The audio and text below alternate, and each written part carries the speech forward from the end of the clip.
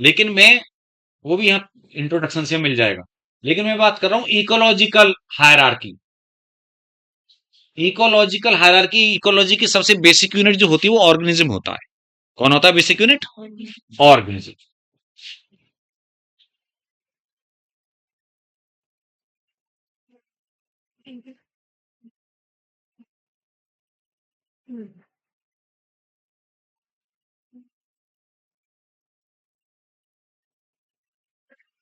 Then organism मिलके क्या बनाते हैं? पॉपुलेशंस।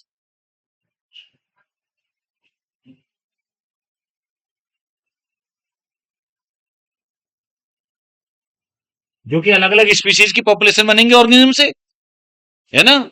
ये जो पॉपुलेशन टर्म है ये स्पीशीज का ही सब ऑर्डिनेट टर्म है। स्पीशीज बड़ा टर्म है थोड़ा। अलग अलग स्पीशीज की पॉपुलेशन होती है। जैसे अब यहीं पे हम बोले अशोक प्लांट की पॉपुलेशन, नीम की पॉपुलेशन, इंसानों की पॉपुलेशन, ऐसे पॉपुलेशन ह्यूमंस की, इंडिया की, पाकिस्तान की, अमेरिका की, चाइना की। तो स्पीशीज तो पूरे में एक ही है ना, जो कि पॉपुलेशन अलग अलग है।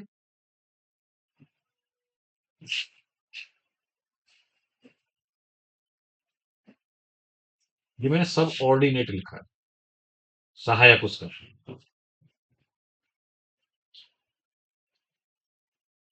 डिफरेंट पॉपुलेशंस किसी भी जगह पर जो रहती है ना, तो कम्युनिटीज बनाती हैं। क्या बनाती हैं? Communities. Plant communities, animal communities, ठीक है। फिर जो कम्युनिटीज मतलब, कम्युनिटीज बोले तो बहुत सारी पॉपुलेशंस का ग्रुप, असेंबलेज ऑफ पॉपुलेशंस। मैं यहीं पे देखो इसको वो लिखता जा रहा हूं, जिससे कि तुम्हें बेनिफिट। असेंबलेज मतलब इकट्ठा होना।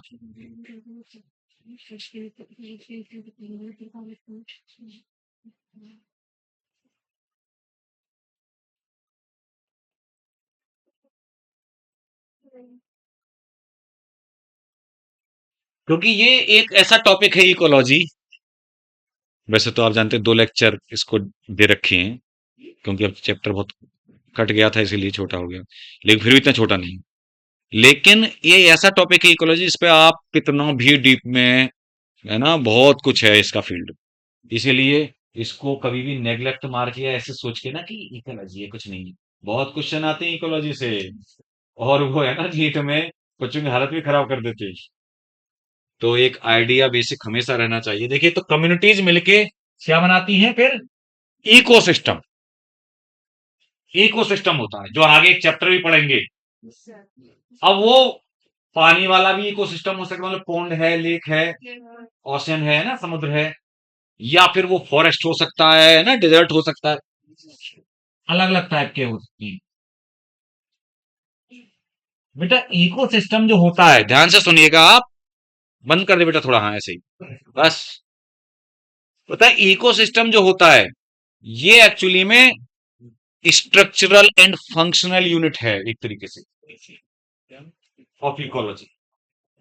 या मैं बोलूं फंक्शनल, क्योंकि देखिए एक अकेला ऑर्गेनिज्म, वो तो मैंने बेसिक फंडामेंटल यूनिट बता दी, लेकिन एक ऑर्गेनिज्म अकेला सरवाइव नहीं कर सकता जब तक उसको औरों के साथ उसका इंटरेक्शन ना हो।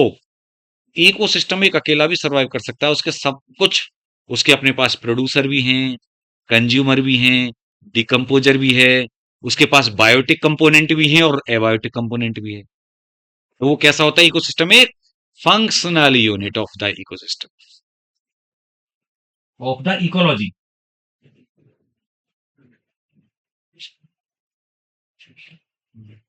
और पता है अब मैं क्या बोलने जा रहा हूं? अब मैं इसके ऊपर जो भी आपको टर्म लिखूंगा, ध्यान सुनिएगा, जो भी मैं इसके आगे ऊपर शब्द लिखूंगा, वो आप ये समझ लेना कि सब इकोसिस्टम ही हैं। बस वो बड़ा होता जा रहा है, फर्मा हमारा स्केल, स्केल बढ़ता जा रहा है। जैसे आइए मैं बात कर रहा हूं एक सहारनपुर के, एक उसकी, है ना, जंगल की, या कहीं पे, मतलब समझ रहे हो ना, पौंड की, जंगल की। फिर मैं बात कर रहा हूं पूरे सहारनपुर के सारे इकोसिस्टम्स की, सारे। फिर मैं बात कर रहा हूं पूरे यूपी के, पूरा यूपी का एरिया, वो भी तो अपने आप में, आप जानते हो यूपी इतना बड़ा है कि पाकिस्तान से ज्यादा बड़ा तो यूपी है ना? तो अपने आप में एक देश की तरह हो गया ना। फिर हम बात करें पूरे कंट्री की, फिर हम कर रहे हैं पूरे कॉन्टिनेंट की, फिर हम कर रहे हैं पूरे यूनिवर्स की। तो मतलब सब सस्टेनेबल है अपने अपने आप में, सेल्फ रेगुलेटिंग यूनिट है। यहां से लेकर के यहां से नीचे सरवाइव नहीं कर सकते ऐसे, है ना? क्योंकि इसमें बायोटिक एबायोटिक दोनों चीजें आ जाती हैं, वो पढ़ाऊंगा आगे चैप्टर में एक। तो इकोसिस्टम के बाद में एक टर्म आता है हमारा, हम उसको बोलते हैं लैंडस्केप। क्या बोलते हैं?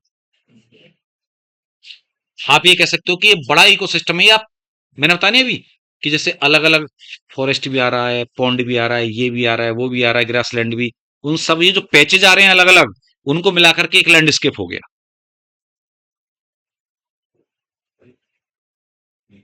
इसको टर्म हम देते हैं mosaic of patches of ecosystems. अलग अलग इकोसिस्टम्स का एक पूरा, है ना, गुलदस्ता सा है।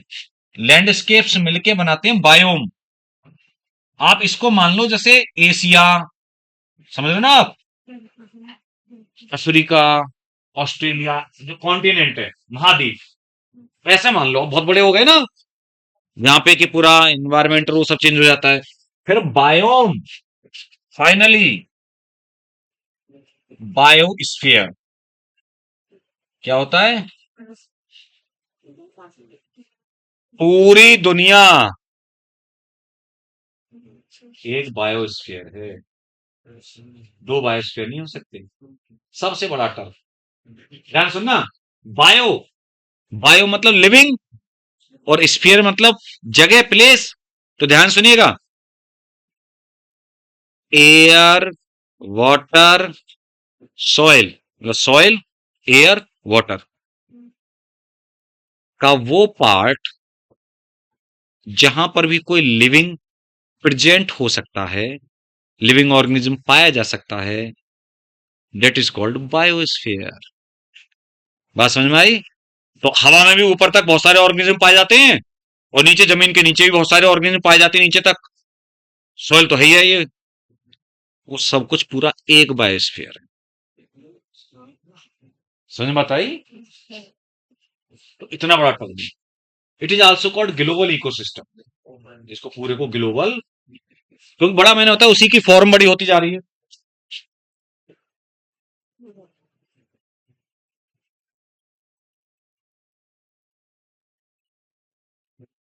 तो ये समझ गया आप?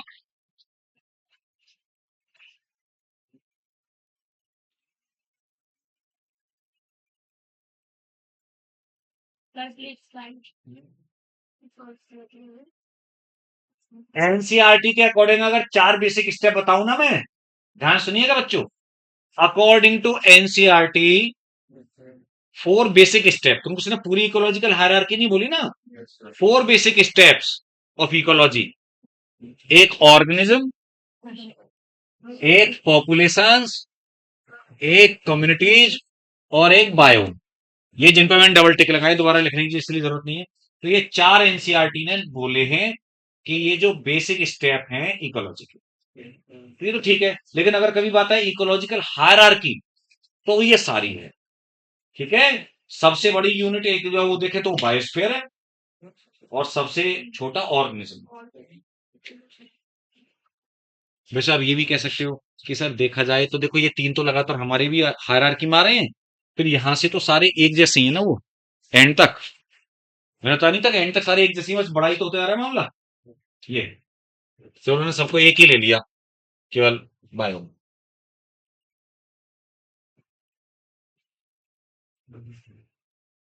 अब हम पॉपुलेशंस की बात करेंगे जरा।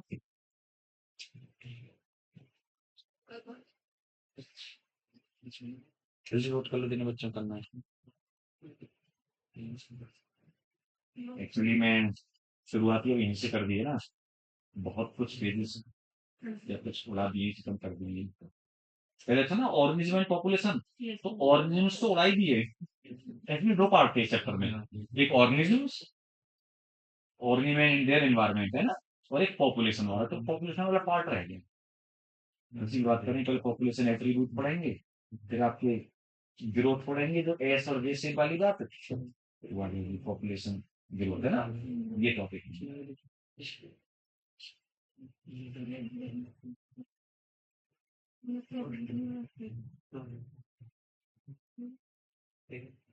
चले आगे।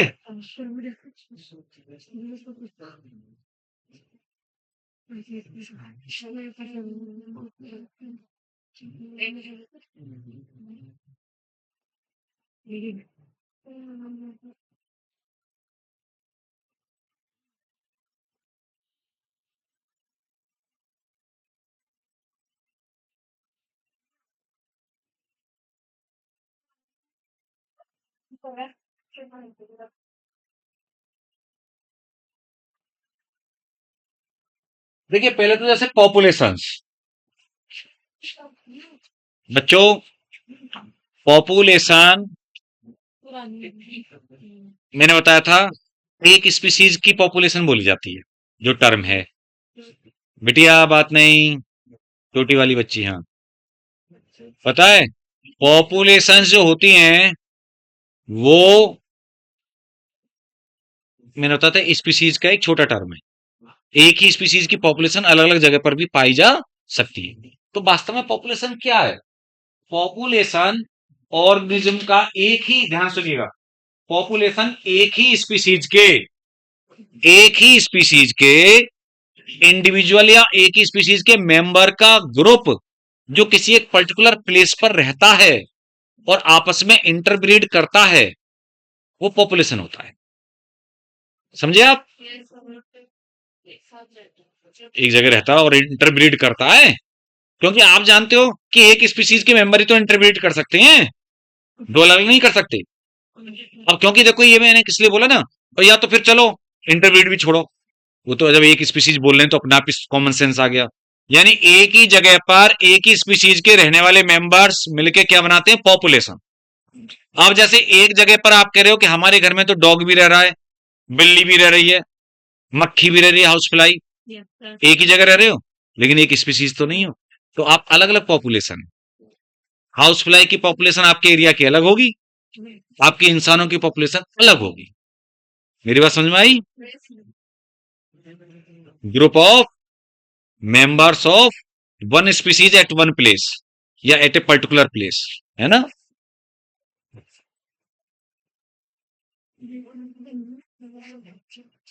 ये ग्रुप कैसे हो गया?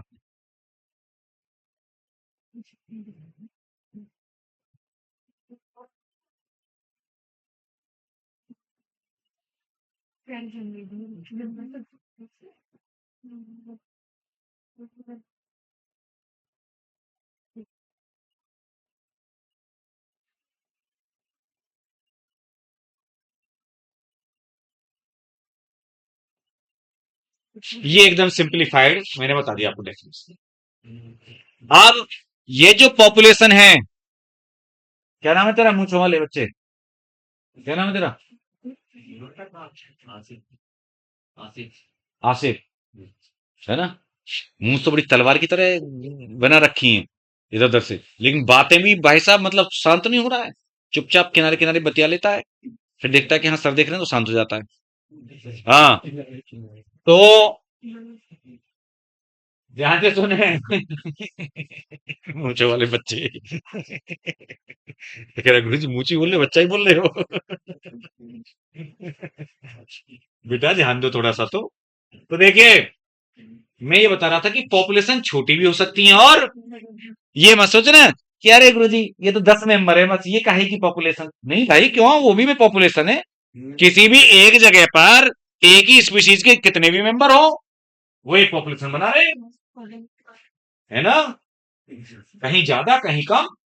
अब मैं एनसीईआरटी की बता रहा हूं बात, आगे पीछे कहीं हो सकती है लेकिन मिलेगी एनसीईआरटी में ही। एनसीईआरटी ये बोलती है कि भरतपुर, भरतपुर में आपको पता है कि जैसे वो है बर्ड सेंचुरी है, केवलादेव बर्ड सेंचुरी भी है, या वेटलैंड वहां पे, पता है जैसे मान लो लेस देन 10, 10 से भी कम साइबेरियन क्रेन आए मान लो उड़ते हुए, और वहां पे आके वो ज्यादा विंटर्स में वहां पे जैसे आते हैं ना वो माइग्रेट करके, तो मान लो 8 हैं, लेस देन 10 बोला एनसीईआरटी ने, तो मान लो 8 मेंबर हैं, वो भी एक पॉपुलेशन हो गई उनकी, वो भी एक पॉपुलेशन हो गई साइबेरियन क्रेन की। और मान लो किसी पॉन्ड में क्लेमाइडोमोनास एलगी है, या कहीं पे मान लो बैक्टीरिया है, वो बहुत ज्यादा है, लाखों में मिलियंस में, तो पॉपुलेशन कितनी भी छोटी भी हो सकती है, कितनी बड़ी भी हो सकती है। बात समझे ना आप? बात है कि प्लेस के अकॉर्डिंग है।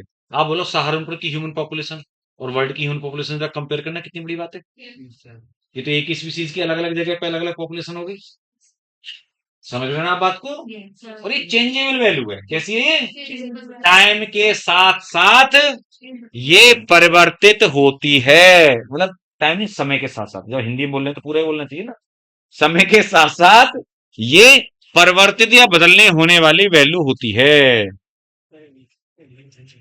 आज इतने हैं, कल बढ़ जाएंगे, नॉर्मली तो बढ़ती ही है देखने में आता है, लेकिन ऑर्गेनिज्म की घट भी सकती है, और घटी कोरोना काल में इंसानों तक की घट गई उस समय पर। तो ये तो कंडीशंस पे डिपेंड करता है, तो आप ये नहीं बोल सकते कि कोई फिक्स वैल्यू बोल दी है ना बेटा।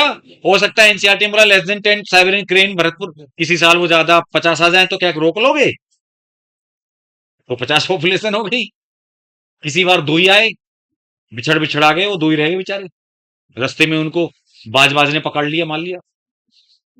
तो ये डायनेमिक वैल्यू है, मतलब फिक्स नहीं है।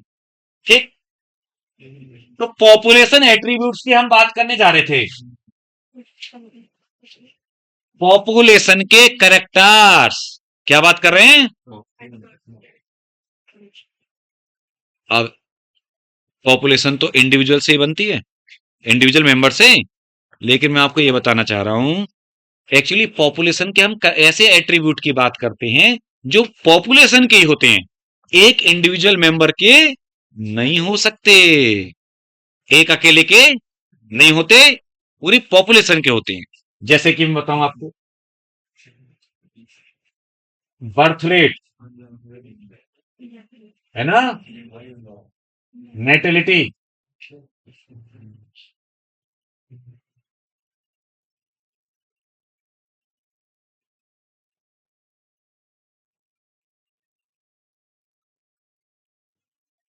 मोर्टेलिटी,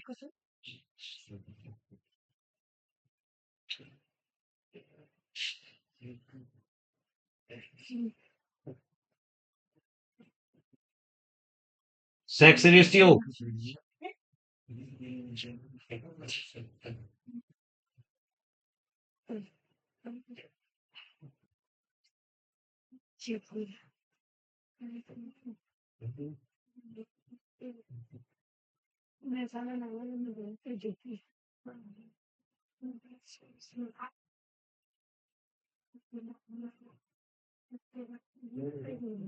मेन तो तीनों एनसीईआरटी वाले टर्म लिए, देखिए बाद में उन्होंने आगे दिए, लेकिन ये भी एट्रीब्यूट हैं। एक बात बताओ,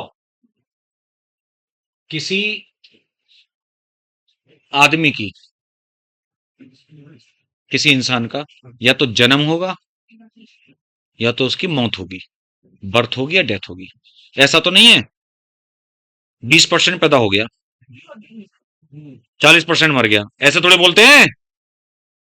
ये तो बोलते मरने वाला है, मर गया, फिर फाइनली या पैदा हो रहा है, हो गया। मतलब पैदा होना होता आदमी, लेकिन पॉपुलेशन की बर्थ रेट और डेथ रेट होती है।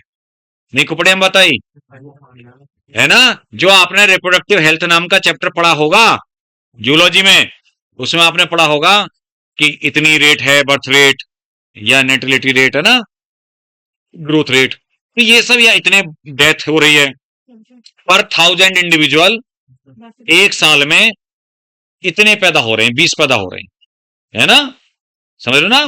तो ये बोली जाती है बर्थ रेट, ऐसे जो डेथ हो रहे हैं तो वो डेथ रेट। सेक्स रेशियो, आप किसी इंसान को बोलते हैं, ए लड़के,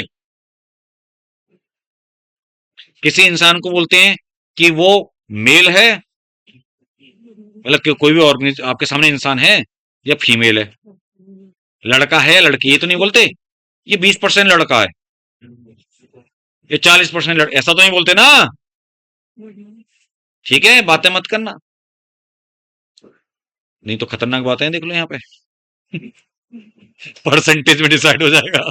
सुनो, तो बेटा रे, मैं ये बोल रहा था, तो पता है, यहाँ पे बेटा परसेंटेज पॉपुलेशन में ही तो बोलोगे आप कि इतनी मेल, इतने फीमेल। ठीक है, ये रेशियो है मेल और फीमेल का इसी पॉपुलेशन में। तो आप जानते हो कि पॉपुलेशन जब बात करते हैं हम लोग, रिप्रोडक्टिव हेल्थ में पढ़ा होगा कि 1000 पुरुषों पे इतनी महिलाएं हैं, 920 महिलाएं हैं, 890 महिलाएं हैं, 840 हैं, अलग अलग। मुझे लगता है इंडिया में 1000 से ऊपर तो कहीं नहीं है। 1000 मेल पे 1000 से ऊपर शायद महिलाएं किसी भी स्टेट में नहीं है। क्योंकि इतना ज्यादा, अब आप जानते हो, अब आप बहुत लिटरेट हो गए हैं। पहले सरकार, इतने गवर्नमेंट उसमें लिख लिखा के इतना इनिशिएटिव चलाए, इतनी जागरूकता की, है ना, कि तब जाके ये बात समझ में आई कि बेटी हो या बेटे, बच्चे दो ही अच्छे, हम दो हमारे दो। और आपने देखा कि बहुत सारे इनिशिएटिव लिए गए बेटियों के लिए, है ना, काफी वो दिए गए कि बेटियां पैदा होने पर उनको इनिशिएटिव। नहीं तो पहले आपने रिप्रोडक्टिव हेल्थ में पढ़ा होगा एमनियोसेंटेसिस का यूज गलत वे में जो किया गया फीमेल फिटिसाइड के लिए, क्योंकि उससे सेक्स डिटर्मिनेशन हो जाता है। वो वैसे तो जेनेटिक एबनॉर्मलिटीज के लिए है, क्रोमोसोमल एबनॉर्मलिटीज का पता लगाने के लिए टेक्निक थी, लेकिन उसका मिसयूज हो जाता है। और गवर्नमेंट काफी ज्यादा सख्त है, स्ट्रिक्ट है उस मामले में, चाहे कोई कितने बड़े पद पर हो डॉक्टर। ऐसे ऐसे कि जो आईएमए, इंडियन मेडिकल एसोसिएशन के अध्यक्ष तक भी थे डॉक्टर, वो भी हमने जेल जाते देखे, है ना। तो जो इस रैकेट में, क्योंकि होता क्या है, अल्ट्रासाउंड, इसीलिए वो अल्ट्रासाउंड में भी वो लिखवा दिया जाता है कि किस लिए किया रहा है अल्ट्रासाउंड। वो करवाते हैं, या मतलब अल्ट्रासाउंड का मतलब वो जो एमनियोसेंटेसिस टेक्निक खास तौर से, है ना। और अल्ट्रासाउंड तो बाद में जाके पता चलता है, अल्ट्रासाउंड में पता चल जाता है मेल फीमेल, डॉक्टर बताता नहीं है, लेकिन डॉक्टर सेक्स, है ना, डिस्क्लोज नहीं कर सकता बच्चे का कि मेल है या फीमेल है। तो अल्ट्रासाउंड से भी अगर मान लो ये बताता है ना, वो डिस्क्लोज करता है, तो वो भी नॉन वेल्युएबल वो है, ये क्राइम। बेल भी नहीं होती इसमें, बेल, है ना। क्यों? क्योंकि अल्ट्रासाउंड होने के बाद में जब पता चलता था ना बेटा, पहले ये धंधा बना रखा था कि जैसे नॉर्मल अल्ट्रासाउंड 500 रुपए का, 1000 रुपए का, लेकिन इस टाइप में क्या था, वो उनके दलाल बने हुए रहते थे या कुछ नर्सेज वगैरह। तो उसमें वो 10,000 या 20,000 रुपए फीस होती थी कि अगर बेटी हुई तो उसको अबॉर्ट कर दिया जाएगा। अबॉर्शन भी होता था साथ में, क्योंकि वैसे आप जानते हो एमटीपी लीगलाइज्ड है, बट उसका ये ग्राउंड नहीं है कि सेक्स डिटर्मिनेशन के बाद में वो तो क्राइम बहुत बड़ा। उसका ग्राउंड ये है कि अगर वो माँ की हेल्थ के लिए हार्मफुल है, या कोई रेप वगैरह का केस हो गया है ना, इस टाइप की जो मिसहैपनिंग उस वजह से है, तो अवॉइड करना पड़ेगा। या फिर वो आगे चलकर ऐसा पता चला है कि ऐसी एबनॉर्मलिटी है कि उसकी लाइफ नॉर्मल नहीं रहेगी, वो बहुत ही ज्यादा शुरू से हैंडीकैप आएगा, तो इन ग्राउंड, या फिर किसी के ऑलरेडी 2 या 3 बच्चे हैं जो भी अपना, और उसे नहीं चाहिए, आजकल के वर्किंग उसमें, है ना, वो जमाने गए कि मतलब बस बच्चे पैदा करना ही एक वो होता था काम। आज की डेट में तो सब लिटरेट हैं, मेल फीमेल, तो वो ये जानते हैं, है ना, कि हमको बच्चे पैदा करने की मशीन नहीं है। तो 1 या 2 शहरों में तो एक एक पे ही लिमिट कर रहे हैं बहुत सारे लिटरेट लोग। तो खैर, उसका फर्क भी पड़ा है, जागरूकता आई है। अब इंडिया की बहुत ज्यादा पॉपुलेशन रेट नहीं है, मतलब ग्रोथ रेट। चाइना की तो निगेटिव में चली गई थी, और दोबारा से उसने अलाउ किया है। तो एक बात तो है, कंट्री तभी आगे बढ़ते हैं ज्यादा, मैंने देखा है डेवलप, जब स्ट्रिक्ट नॉर्म्स होते हैं। हंटर तो जरूरी है, नहीं तो पब्लिक जो है ना, ये तो बहुत जल्दी भूल जाती है। आपने देखा ही होगा, हम तो तुरंत, हम खुद सब लोग है ना, जब तक स्ट्रिक्ट लॉ नहीं होते तब तक नहीं मानते। चाइना में ये स्ट्रिक्ट लॉ था, अगर एक से ज्यादा बच्चा किसी के हुआ तो उसको किसी भी टाइप की सर्विस नहीं मिलेगी, समझे। वन चाइल्ड नॉर्म था, पॉलिसी थी, कोई भी रिलीजन हो, कोई भी कुछ भी हो, कास्ट हो, ऐसा कुछ नहीं है कि जो हमारी इंडिया में है, सब ये रिलीजन और जो कास्टिज्म जो होती है ज्यादा। और पता है फिर क्या हुआ कि बेटा जो, अब तुम एक बात बताओ, जो दो लोग हैं, हस्बैंड वाइफ, कपल एक, और उनका बच्चा एक ही हुआ, तो ये ग्रोथ नेगेटिव हो गई, क्योंकि दो अपने पीछे एक को छोड़ के जा रहे हैं। भाई दो जब जाएंगे और अपने पीछे किसको छोड़ के जा रहे हैं, एक को, तो नेगेटिव ग्रोथ नहीं होगी पॉपुलेशन की। और अगर दो के दो हुए तो वो बैलेंस हो गया, ना बढ़ेगी ना घटेगी। थोड़ी बहुत घट ही सकती है आगे, इसलिए घट सकती है कि दो लोगों ने मतलब दो जैसे बच्चे पैदा किए भाई एक कपल ने, तो बच्चे हमेशा एडल्टहुड तक नहीं पहुंच पाते, बहुत सारी मिसहैपनिंग एक्सीडेंट्स हो जाते हैं जब तक वो रिप्रोडक्टिव फेज तक पहुंचते हैं। तो कुछ इस तरीके से खत्म हो जाते हैं, तो वो थोड़ी सी 1.9 रहती है। मैं ये बिल्कुल लॉजिकल बता रहा हूँ, आपके रिप्रोडक्टिव हेल्थ में जब आपने पढ़ा हो या जो भी है, 1.9 रहती है रेट, है ना, अगर दो ही करेंगे तो पता है फिर चाइना की जब नेगेटिव ग्रोथ होगी ना, वहां पे बुढ़े बुढ़े बहुत इकट्ठे हो गए हैं। सबसे ज्यादा यंग जो पॉपुलेशन है वो इंडिया में है, लेकिन एक दिन आएगा जब इंडिया भी बहुत ज्यादा, हाँ, अभी इस समय तो इंडिया का पूरे वर्ल्ड में हर जगह इंडियन है, जो काम करने वाले वर्किंग, हर जगह चले जाओ आप। तो अब देखा नहीं, मोदी जिस भी उसमें जाते हैं कंट्री में, वहां हंगामा हो जाता है सुबह, है ना, मोदी मोदी चिल्लाने लगती है, भीड़ भाड़ इतनी इकट्ठी हो जाती है, इंडियन इतने सारे हैं, हर जगह फैले हुए हैं। तो पता है बेटा, फिर उन्होंने उसमें थोड़ी ढील दी, चाइना ने अभी पिछली साल, पता है क्या ढील दी, 1 साल या 2 साल हो गए, कि जो अपने माँ बाप के इकलौते बच्चे हैं, जो सिंगल चाइल्ड हैं अपने पेरेंट्स के, वो 2 बच्चे पैदा कर सकते हैं। ठीक है, जो अपने माँ बाप के वन चाइल्ड हैं, वो 2 बच्चे पैदा, जिनका कोई बहन भाई नहीं है, वो दो आगे पैदा कर सकते हैं। ये उन्होंने किया है, क्योंकि इस समय इंडिया नंबर 1 हो गया है पॉपुलेशन में, चाइना नंबर 2 पे आ गया है। इस समय वर्ल्ड की सबसे बड़ी पॉपुलेशन है। पॉजिटिव भी है, नेगेटिव्स तो बहुत सारे होते हैं, आप जानते हो कि ये जो कल ही यहाँ हम सहारनपुर की बात करें, 280 AQI तो सहारनपुर का ही था। मुजफ्फरनगर तो टॉप सेकंड में है, उसमें आ गया था पॉल्यूटेड सिटी में इंडिया की, समझे। मेरठ तो आता ही रहता है पॉल्यूटेड वालों में, नोएडा गाजियाबाद दिल्ली के अलावा, तो सहारनपुर भी, हम सोचते सहारनपुर तो बहुत ज्यादा अच्छी हवा होगी, 281 तो यही कहता, दिल्ली का 500 चल रहा है। वहां पे लोग अंदर, अपने जो पैसे वाले लोग हैं ना, रिच लोग, वो अपने घरों में बंद करके और एयर प्योरीफायर लगा के बैठते हैं, बाहर नहीं टहलते अब योगा वोगा करने कहीं पार्क वार्क में, घर में ही करते हैं सब काम। भाई जो आम आदमी मजदूर है वो तो जाएगा ही। सब हमारा ही तो परिणाम है ये, विकास की इतनी ज्यादा वो, और गाड़ियां बनती जा रही हैं, नहीं नहीं नहीं नहीं नहीं नहीं, रूल उल्टे होने चाहिए मेरे अकॉर्डिंग, होना चाहिए, कर रहे हैं ना कि गाड़ियां बाहर करते हैं, ये बंद करो बंद करो, रूल ये होनी चाहिए कि भाई आप, चलो डीजल गाड़ियां आपने बिल्कुल बंद कर दी, टोटली बंद कर दो, मैं तो बोल रहा हूँ उनको जिन पे अभी हैं प्रोडक्शन बंद करो ना आप। अब किसी बेचारे की 10 साल चली, और वो 10 साल में उसकी 10,000 किलोमीटर चली, इतने पैसे खर्च किए, फिर तुमने उसको बंद कर दी, तो गलत बात है ना। वो उसके पैसे, मतलब वो तो दिल्ली में घुस ही नहीं सकता 10 साल पुरानी गाड़ी वाला, या BS6 मॉडल के अलावा, यानी मेरी जो गाड़ी है BS6 है, जस्ट जहां से स्टार्टिंग हुई थी, इसका नीचे का मॉडल तो दिल्ली में घुस ही नहीं सकता आज की डेट में, तुरंत 10,000 रुपए का फाइन लगेगा उसमें, दिल्ली NCR में, इवन मेरठ तक में भी आप पकड़ लेगी पुलिस। बच गए तो बच गए, मौके पे अगर लग गया तो। अगर 7 साल से ज्यादा पुरानी गाड़ी अगर मेरठ में भी लेकर घुस गए ना आप भाई साहब, तो भी दिक्कत हो सकती है, खासतौर पर डीजल वाली तो, खासतौर पे। खैर, तो बेटा मैं ये बता रहा था कि इसमें सबसे बड़ी गलती पता है क्या है, कंपनियों को प्रोडक्शन ही बंद करना चाहिए ना, लेकिन वो कमाई होती है फिर सरकार की।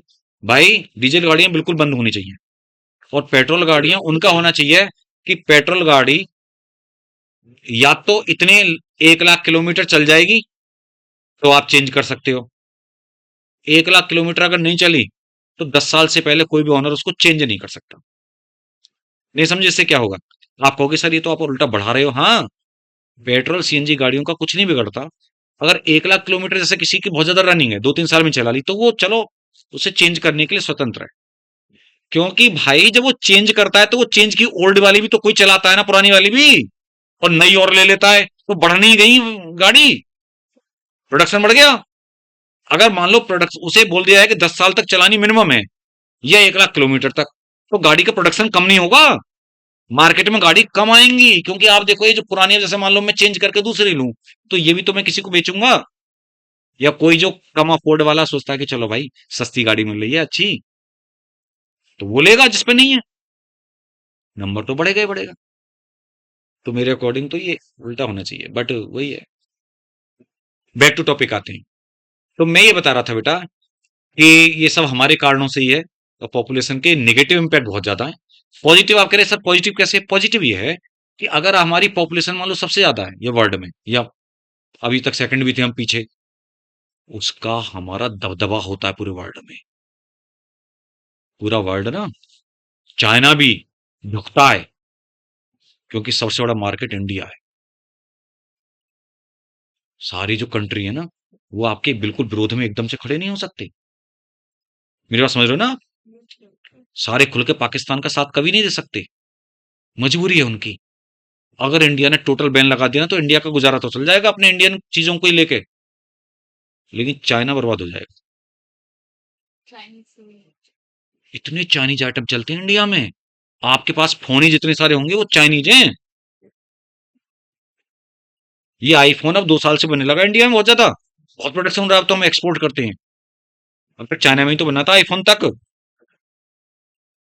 आईफोन सैमसंग के फोन तक कंपनी नहीं थी चाइनीज, वहीं बनते थे, क्योंकि वहां पे लेबर कॉस्ट बहुत सस्ती थी काम करने वाले। अब इंडिया में बहुत प्रोडक्शन हो रहा है आईफोन्स का। ट्रम्प पागल हो जा रहा है कि मतलब इतना मेक इन अमेरिका करो। इंडिया से एक्सपोर्ट होकर अमेरिका जा रहे हैं उल्टा आईफोन, इतना ज्यादा होने लगा है। बहुत प्रोडक्शन हो रहा है फोन्स का। इवन ये जो चाइनीज कंपनीज नहीं है बेटा, साफ साफ उनकी मजबूरी होगी, मेड इन इंडिया लिख के देती हैं। आप देखो चाहे वीवो हो, ओप्पो हो, है ना, सारे ये जो कंपनी है, वन प्लस वगैरह सब, मोटरोला, चाइनीज है सब आज की डेट में। मोटरोला पहले अमेरिकन थी, अब चाइनीज है सब। तो वो सब यही बना रहे हैं इंडिया में ही, नोएडा के आसपास इतनी तमाम उनकी वो है कंपनी, यही सब असेंबल हो रहे हैं, और मेड इन इंडिया मोहर लग रही है सब पे। खैर, तो ये बेनिफिट भी है। आपका कंजप्शन बहुत ज्यादा है, तो कंपनियां है ना, आपको मार्केट दिखता है इंडिया, वो तो विरोध नहीं कर सकती।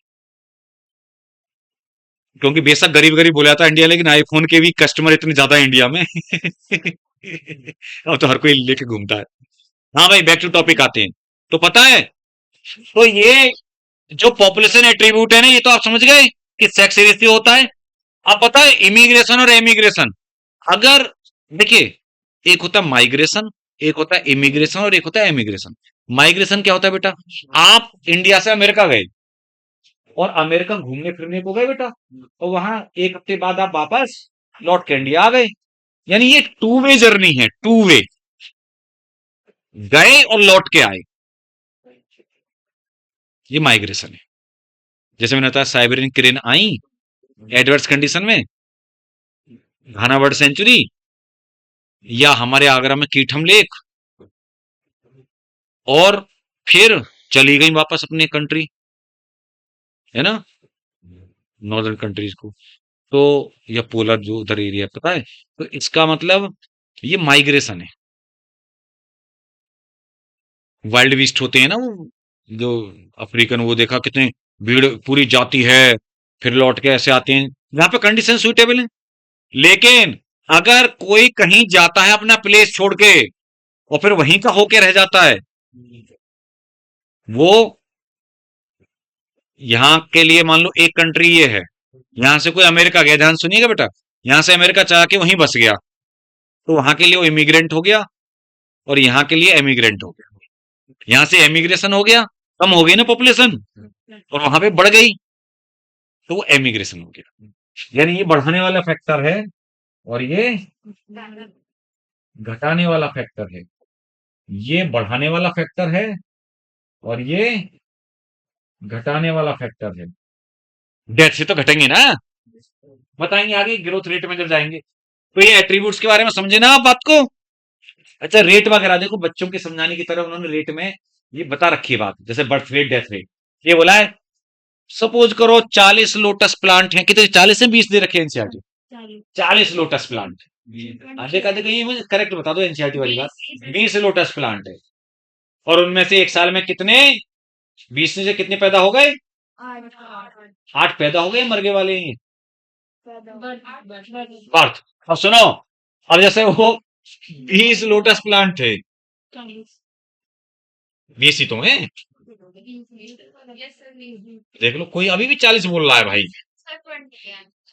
और 8 न्यू, है ना बेटा, पर ईयर ऐड हो गए, तो जो बर्थ रेट हुई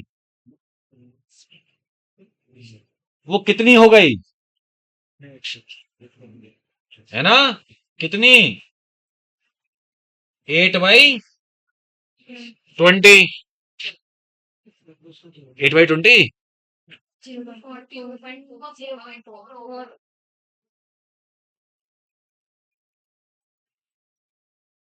0.4, या परसेंट में 40%, अगर परसेंटेज में निकाल दूं ना मैं, इंटू 100 कर दूंगा, इंटू 100, 40% ग्रोथ रेट है ना।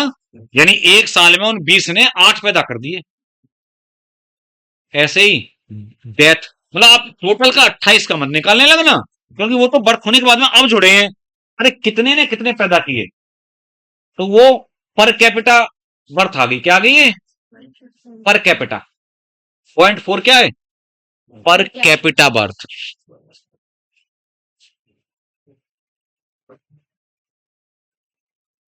मतलब एक इंडिविजुअल ने कितने बच्चे पैदा किए, 0.4, मतलब 40% तो पूरी हो गई पॉपुलेशन की।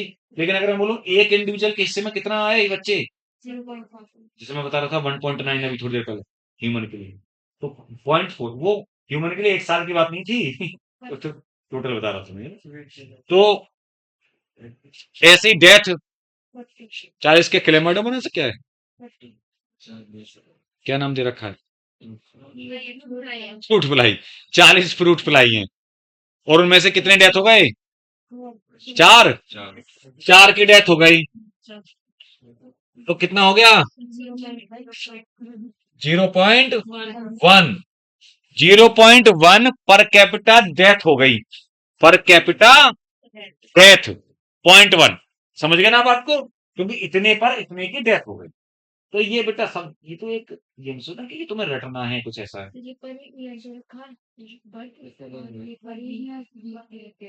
पर वीक, अच्छा अच्छा, तो जो उसने दे रखा है वीक के अकॉर्डिंग, तो ये उनकी वीक के, मतलब वो तो कोई भी टाइम पीरियड हो, वीक के अकॉर्डिंग उनकी वो डेथ होगी, पर कैपिटा डेथ, पर वीक।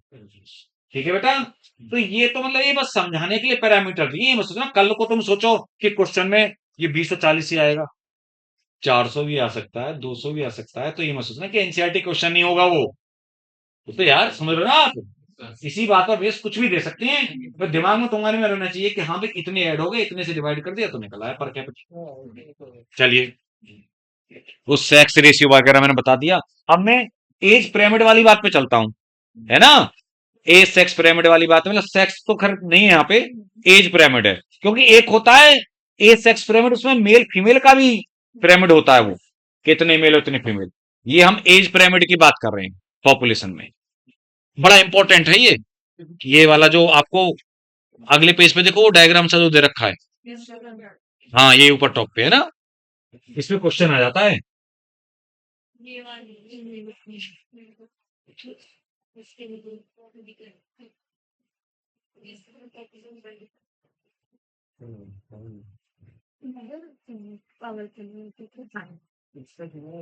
देखिए 3 टाइप की पॉपुलेशन से बने हुए हैं ये पिरामिड। एक पॉपुलेशन होती है प्री रिप्रोडक्टिव, बच्चे जो भी मेच्योर नहीं, एक होती है रिप्रोडक्टिव स्टेज, फेज वाले मेंबर जो रिप्रोड्यूस कर रहे हैं, मेच्योर लोग, और एक होती है पोस्ट रिप्रोडक्टिव स्टेज, यानी जो अब ओल्ड एज में चले गए, जो अब बच्चे पैदा नहीं कर सकते, है ना बेटा। तो 3 स्टेजेस हैं, उनके अकॉर्डिंग डिसाइड होता है, उनके नंबर के अकॉर्डिंग कि पॉपुलेशन घटेगी या बढ़े। तो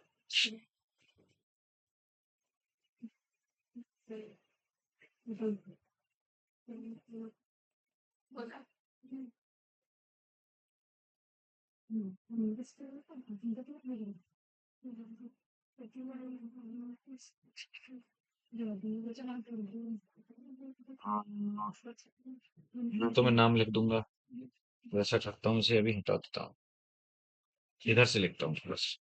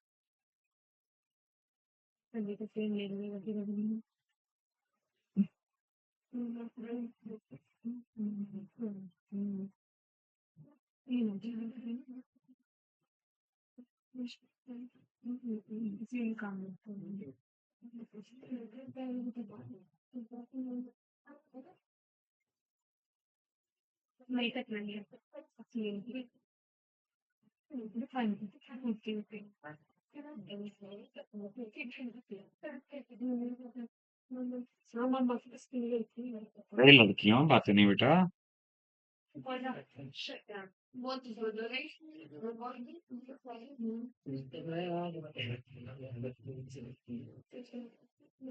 देखिए 3 स्टेज हैं, एक रिप्रोडक्टिव सबसे बेस पे, ओ सॉरी प्री रिप्रोडक्टिव, फिर रिप्रोडक्टिव, और फिर ये ऐसे पिरामिड बनता है। ध्यान रखें, पिरामिड में सबसे बेस पर किसको रखेंगे हम? प्री रिप्रोडक्टिव, यानी बच्चे, चिल्ड्रन, है ना। और ये ओल्ड स्टेज होगी, पोस्ट रिप्रोडक्टिव। ठीक है बेटा, ये मैंने ओल्ड लिखा है, और ये तो पता है, ये मैंने अलग अलग कलर जो यूज किए गए, ये तरीका है। ये मैं सोचा ना कि एक से नहीं दिखा सकते थे हम, एक बॉक्स से भी दिखा सकते थे। जो फर्स्ट, ये मैंने उल्टा कर दिया थोड़ा सा, कलर कलर गड़बड़ कर दिया। एक मिनट, स्टेज के अकॉर्डिंग ना।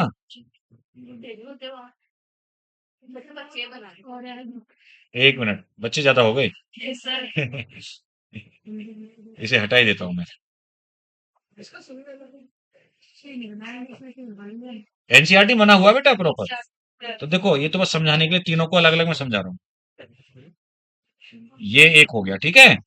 अब इसी पेन से दिखा देते हैं लोग।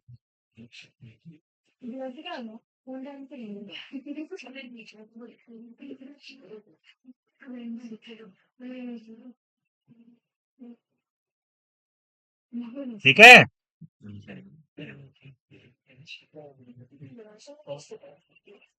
अरे बात नहीं, अब तो ठीक है। मतलब इसका क्या हुआ, ध्यान से देखें। ए लड़कियों, अरे सुनते नहीं हो तुम यार। देखो बेटा, जब यहाँ पर हम देख रहे हैं कि जो प्री रिप्रोडक्टिव या जो बच्चे हैं, उनको सबसे बेस पे रखते हैं, तो जो पहली स्टेज है, फर्स्ट स्टेज, आप देखें, फर्स्ट स्टेज का कलर अलग है, सेकंड स्टेज का कलर अलग है, और थर्ड का कलर अलग है। और मैं ये बताना चाह रहा हूं कि जो पहली स्टेज है उसको एक बॉक्स से डिनोट किया है, सेकंड स्टेज के लिए 2 बॉक्स बनाए हैं। ये इसमें परेशान होता है, ये तरीका है। थर्ड स्टेज के लिए 3 बॉक्स बनाए हैं पिरामिड में, ठीक है, क्योंकि ये फर्स्ट स्टेज है, ये सेकंड है, थर्ड है। अब इस वाले पिरामिड को आप देखो, ये पिरामिड बिल्कुल अपराइट है या नहीं है, सीधा है ना, सीधा पिरामिड है बेटा ये। यानी अगर हम ऐसे देखें तो ये अपराइट पिरामिड है। और इसमें क्या देख रहे हो आप कि सबसे ज्यादा बच्चे हैं, फिर मैच्योर रिप्रोडक्टिव, और सबसे कम पोस्ट रिप्रोडक्टिव।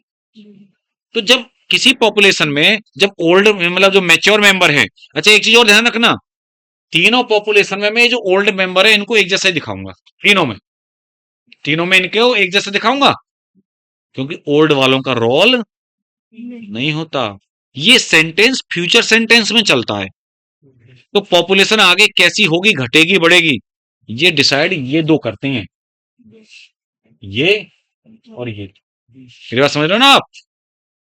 अगर, ध्यान सुनना, अगर प्री रिप्रोडक्टिव का नंबर रिप्रोडक्टिव से ज्यादा है, ओल्ड वालों को छोड़ो, तो पॉपुलेशन बढ़ती जाएगी। फ्यूचर में क्या होगी, बढ़ेगी। ये इंक्रीजिंग पॉपुलेशन है। और अपराइट पिरामिड आता है या ट्रायंगुलर, ध्यान रखना इनकी शेप भी बता रहा हूं मैं, ट्रायंगुलर या अपराइट पिरामिड। और इसका मतलब क्या है, इंक्रीजिंग पॉपुलेशन।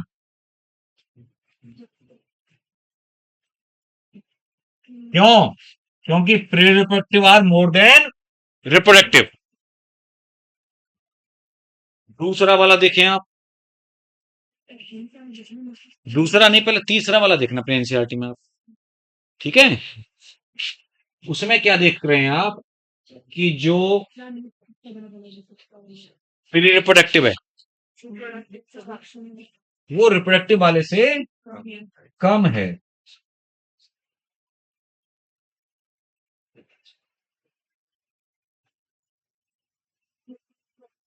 अच्छा, उनमें कोई दिक्कत नहीं है, वो तो जैसे पहले थे ऐसे ही बने हुए हैं। ठीक है, ओल्ड वाले, क्योंकि आप जानते हो ये फर्स्ट स्टेज हो गई प्री, ये रिप्रोडक्टिव, और ये पोस्ट। तो इस केस में, क्योंकि reproductive are more than pre reproductive. अच्छा एक बताओ, अभी जो बच्चे पैदा करने वाले हैं वो हैं 100 किसी पॉपुलेशन। अब वो बुढ़े हो जाएंगे आगे, क्या हो जाएंगे वो, बुढ़े, ओल्ड हो जाएंगे, यानी अब वो बच्चे पैदा नहीं करेंगे, वो तो मरेंगे आगे जाकर। और जो बच्चे हैं वो हैं 60,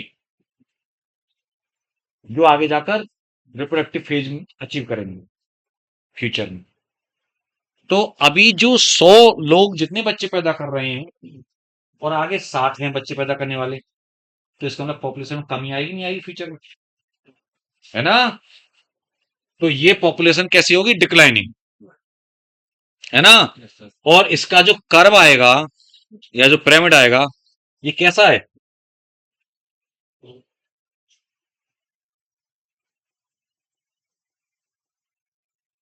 देखिए जरा इसको, इसकी शेप बनाइए, कैसी शेप आएगी ये।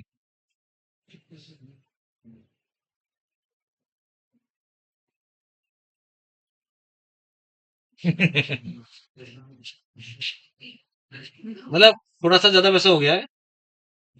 और लोग, आप कहोगे सर इधर ज्यादा हो गया है, थोड़ा घुमाव उस हिसाब से देना इसमें, तब ज्यादा आपको सही लगेगा।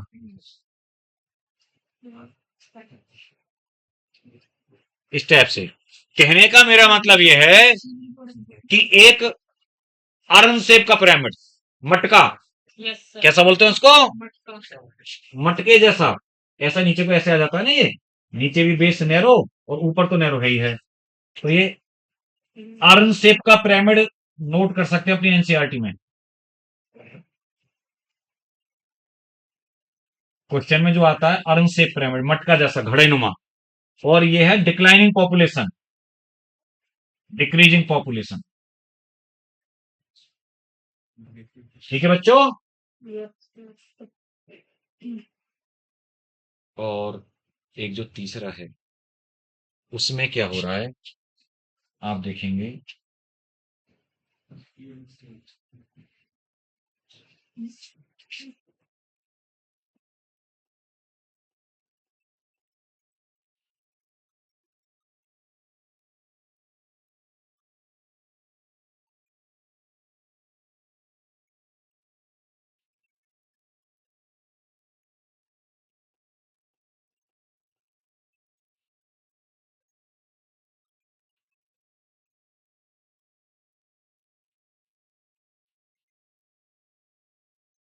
है ना?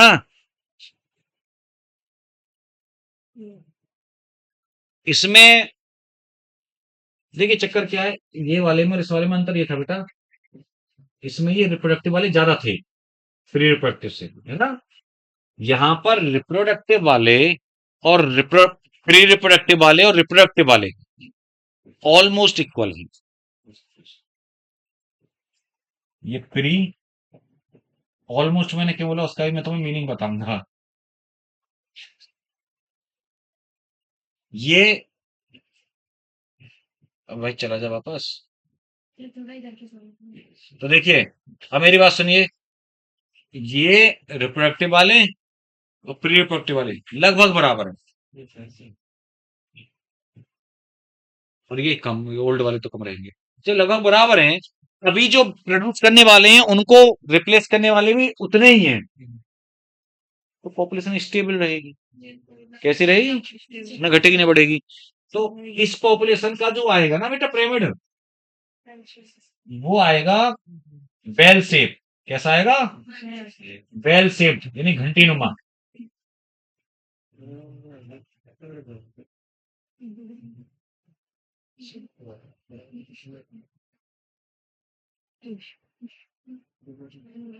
ये समझ लो जो एनसीईआरटी में आपके पिरामिड है उनके ऐसे ऐसे ना, उनके चारों ओर आप ऐसे डॉट डॉट डॉट डॉट करके ऐसे ऐसे बनाओगे ना करिए, तो वो शेप है ये। मेरी बात समझे आप, तो वो बेल शेप बोले जाते हैं, ध्यान रखिए, स्टेबल। अब मैं जो ये बोल रहा था यहाँ पर कि सर आपने ऑलमोस्ट मतलब लगभग इक्वल क्यों कहा, लगभग बराबर, आपने एग्जैक्ट क्यों नहीं बोला, तो वो मेरी बात सुन लो। रियलिटी में अगर ये प्री रिप्रोडक्टिव वाले 100 हैं और रिप्रोडक्टिव वाले भी 100 हैं, पॉपुलेशन थोड़ी सी डिक्लाइन होगी अगर एग्जैक्ट बराबर है। मेरी बात समझे, क्योंकि जो अभी 100 लोग मैच्योर हैं, बच्चे पैदा कर रहे हैं, वो तो उस बचपन वाली स्टेज से आ गए हैं अलग। अब जो आज 100 बच्चे हैं उनमें से दो चार तो मैंने होता है खत्म हो जाएंगे तब तक जाते जाते, है ना। कुछ उनमें स्टेराइल रह जाएंगे, इनफर्टाइल। सारे के सारे 100 फर्टाइल नहीं होंगे, दो तीन स्टेराइल भी रह जाएंगे, तो 95 ही रह गए। तो 100 अभी प्रोड्यूस कर रहे थे, उनकी जगह 95 लेने वाले हैं जो प्रोड्यूस करने वाले, तो कम नहीं हो गई। इसीलिए इसमें एक ध्यान से ना, रिप्रोडक्टिव वाली स्टेज में एक वाला जो बॉक्स है वो तो उसके बराबर ही लेते हैं। देखो जरा गौर से, रिप्रोडक्टिव वाली स्टेज का एक बॉक्स प्री रिप्रोडक्टिव के बराबर है और एक बॉक्स थोड़ा सा छोटा है ना। तो इसका मतलब सपोज करो आज अगर 95 है रिप्रोड्यूस करने वाले, उनकी जगह लेने वाले 100 होंगे, तब जाके बैलेंस होगा मामला, समझे। क्योंकि जो अभी बच्चे हैं वो आगे जाकर दो चार तो वैसे ही वो 95 के बराबर ही हो जाएंगे, 100 आगे जाकर। समझ बात आई। तो ये एज पिरामिड्स के बारे में इतनी बातें आपको याद रखनी है, इसी से आपके क्वेश्चन सॉल्व हो जाएंगे कि किसमें स्टेबल है, किसमें बढ़ती है, किसमें घटती है, किसकी क्या शेप है। और मैंने बताया ओल्ड वाले इंडिविजुअल या जो लास्ट स्टेज है पोस्ट वाली, वो यहां पे मैटर नहीं करती। यहां मैटर, क्योंकि एनसीईआरटी ने कुछ ज्यादा बोला नहीं है इसके बारे में, डायग्राम छाप दिया है। यहां जो मैटर करती है वो मैटर करती है प्री रिप्रोडक्टिव स्टेज और रिप्रोडक्टिव स्टेज, उसके इंडिविजुअल्स। आप देख लें कितना ही पढ़ के, एनसीईआरटी ने ज्यादा कुछ नहीं कहा। चलते हैं आगे। अब देखिए पॉपुलेशन ग्रोथ पे आ रहा था मैं, है ना बेटा।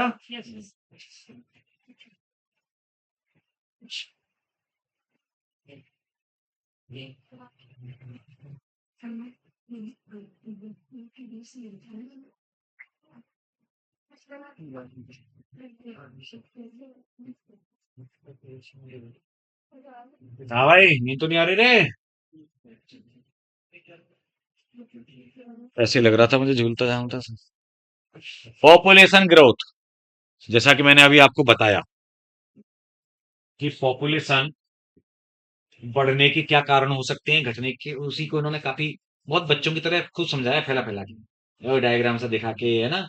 एरो लगा के बढ़ाने वाले फैक्टर, घटाने वाले फैक्टर, ठीक है ना। देखो बीच में जो एक बॉक्स में बड़ा सा बना हुआ छपा हुआ है, उसमें जरा देवियों सज्जनों ध्यान देना आप। यहीं पे कैमरा के आगे दिखाता हूं। तो ये जो है, इसे मैं छाप नहीं रहा हूं, आप देख रहे हैं कि जैसे ये इधर क्या नेटिलिटी, ये पॉपुलेशन डेंसिटी है एन, पॉपुलेशन डेंसिटी को बढ़ाने वाले जो फैक्टर हैं, तो आप देख रहे हैं कि उसमें नेटिलिटी या बर्थ रेट से बढ़ेगी, है ना भाई, बर्थ होगी तो बढ़ेगी ना पॉपुलेशन, और डेथ अगर होगी मॉर्टेलिटी तो घटेगी, इमिग्रेशन होगा तो बढ़ेगी और एमिग्रेशन होगा तो घटेगी। तो ग्रोथ को, ये मैं इनके बारे में बता चुका, ये क्वेश्चन पे जाता हूं मैं सीधा, है ना बेटा।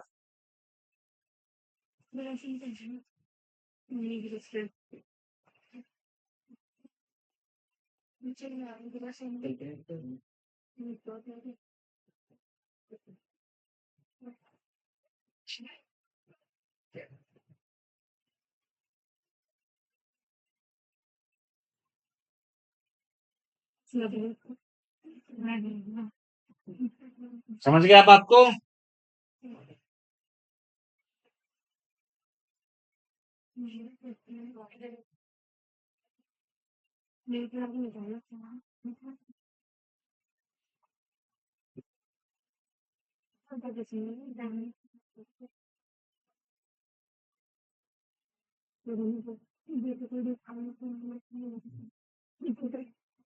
दोनों सही है इक्वेशन, ध्यान दें। ये बावली लड़की बातें मत कर, भाषण ये कही, हाँ मैं करूं बातें मत कर, तो सुनो, यहां पर आप ये देख रहे हैं, आपके एनसीईआरटी में एक इक्वेशन लिखी हुई है, कौन सी वाली, N T plus one equal to N T, कोई सी भी क्वेश्चन में आ जाए, गलत नहीं है, ध्यान रखिएगा, दोनों का मतलब एक ही है। देखो बताऊं, एन टी यहां पर क्या है, पॉपुलेशन आफ्टर टाइम टी, या चेंज इन पॉपुलेशन, कितनी पॉपुलेशन में क्या हो गया, चेंज आ गया, ये पता चलेगा एन टी से। एट टाइम टी क्या पॉपुलेशन हो गई after time, N naught initial, शुरू में पॉपुलेशन का साइज क्या था और अब क्या हो गई, है ना बेटा, एन टी फाइनल और एन नॉट स्टार्टिंग वाली। बर्थ रेट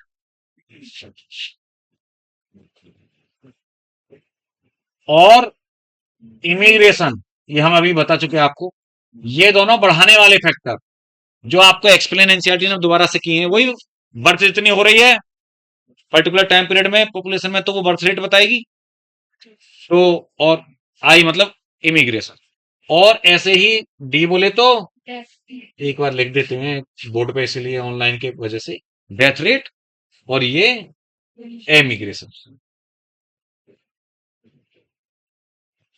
ये घटाने वाले फैक्टर हो गए बेटा, मैंने बताया अभी ये जस्ट आपको, कि एमिग्रेशन मतलब उस कंट्री से छोड़ के चलेगा उस पॉपुलेशन को, कोई भी कंट्री की बात बेशक ना करूं मैं, जैसे आप कहो कि किसी तालाब में जो पॉपुलेशन थी ऑर्गेनिज्म की, वो दूसरे तालाब में चले गए, तो वहां तो कम होगी ना, पॉपुलेशन कहीं की हो सकती है, किसी एरिया की, केवल कंट्री बोलना ठीक नहीं, मैंने बताया आपको, सहारनपुर की पॉपुलेशन भी ह्यूमन की हो सकती है, यूपी की, इंडिया की, वर्ल्ड की, एक ही ऑर्गेनिज्म की अपने अलग अलग लेवल पे पॉपुलेशन हमने बात कर रहे हैं, देख लो,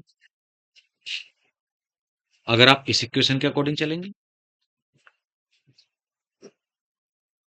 चेंज पॉपुलेशन में क्या आ गया finally, after time T plus one, किसी भी समय क्या पॉपुलेशन थी, किसी भी समय, मतलब यहां पे हम ये भी बोल रहे हैं, जैसे हम बोल रहे थे इनिशियल पॉपुलेशन, है ना, यहां पे बोल रहे हैं किसी पर्टिकुलर टाइम पे क्या पॉपुलेशन थी, और फिर उस टाइम में कुछ जुड़ गया ना टाइम, टी प्लस वन का मतलब ये मत सुना कि वन ही जुड़ा है, ईयर है तो एक साल जुड़ गया, जो भी जुड़ गया, क्या आप कहें कि 10 साल बाद ये पॉपुलेशन थी, 15 साल बाद क्या होगी, तो वो एन टी हो गया 10 ईयर्स पे, और 15 हो गया एन टी प्लस वन, मेरी बात समझे आप, तो ये मतलब है वही सेम चीज है दोनों में, यानी एन टी या एन नॉट तो इनिशियल है, और एन, यहां पे जो एन टी है या ये एन टी प्लस वन है, ये फाइनल पॉपुलेशन या चेंज इन पॉपुलेशन, समझ गया आप, ये आसान है, मैं हमला पे है ना, ऐसा गड़बड़ मैटर नहीं, ठीक है। अब अंगड़ाई दे रहा है यहीं पे, तो अब यहां पर आपको हम उस एस्पेक्ट के बारे में बात करने जा रहे हैं जो कि हमने आपको प्लांट ग्रोथ में भी थोड़ा सा बताया था, ग्रोथ कर्व वगैरह के बारे में बताया था।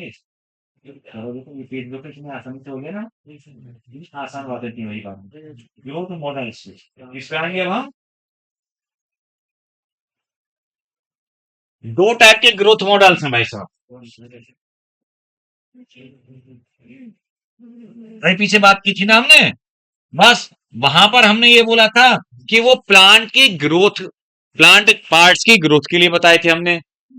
आपको बताया था कि एक लीनियर ग्रोथ कर्व था, एक एक वो था सिग्मोइड वाला, तो उससे मिलता जुलता है ये सिग्मोइड तो यहाँ भी आना है, ठीक है।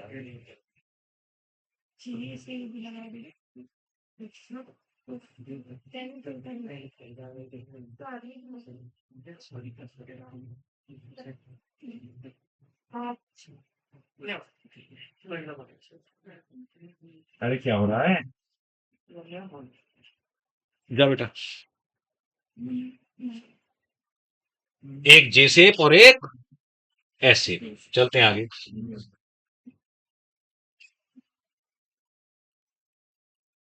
सर हमने तो लिखा क्या नहीं लिखा था?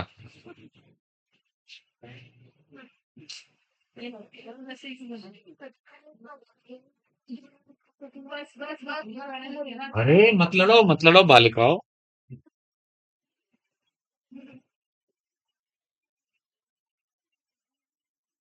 लड़ने के मूड में रहती है।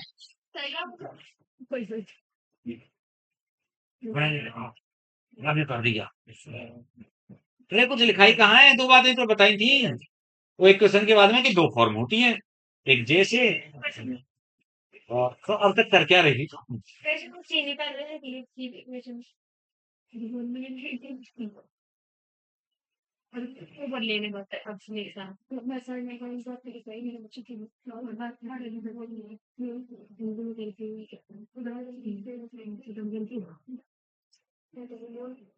ये एक्सपोनेंशियल पॉपुलेशन ग्रोथ है बेटा।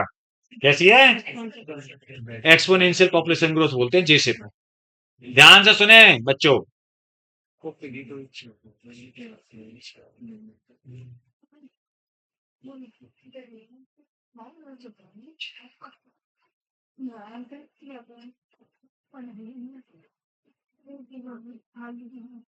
ये रियलिस्टिक ग्रोथ, मतलब ग्रोथ फॉर्म या पॉपुलेशन ग्रोथ नहीं है। ये रियलिस्टिक फ्री पढ़ रहे हैं क्योंकि कुछ कंडीशंस में हो सकती है, जनरली ज्यादातर पॉपुलेशन को देखने में नहीं मिलती, ठीक है। होता क्या है बेटा कि ये तब है,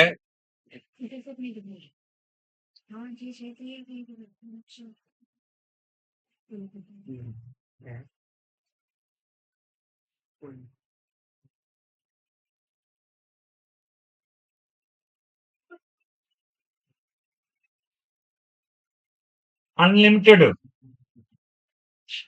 जो रिसोर्सेज हैं या एनवायरमेंटल कंडीशंस हैं उन पे कोई पाबंदी नहीं है, अनलिमिटेड है रिसोर्सेज। तब ये पॉसिबल हो सकती है, थोड़ी बहुत देर के लिए सस्टेन कर सकती है, ज्यादा लंबे समय तक नहीं कर सकते। बताता हूं इसमें क्या होता है बेटा। ये एन मतलब पॉपुलेशन ग्रोथ है ना बेटा, और ये टाइम है।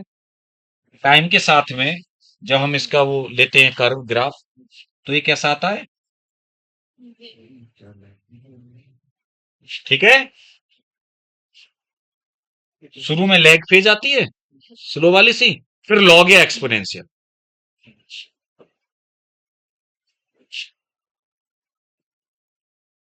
वो अलग अलग करके बनाएंगे हम, तो वहां पे तो दोनों एक ही साथ, एनसीईआरटी ने दोनों एक साथ मर्ज कर रखे हैं।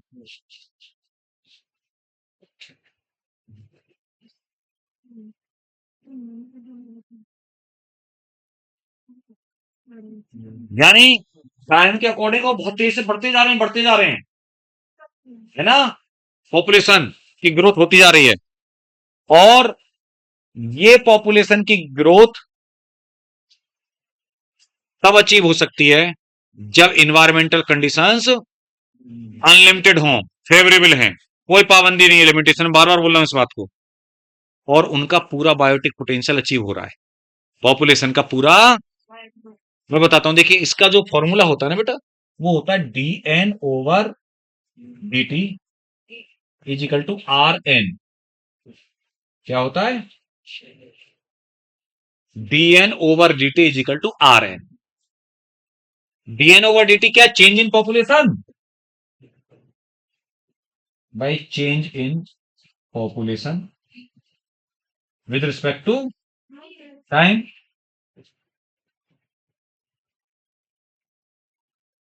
और आर क्या है?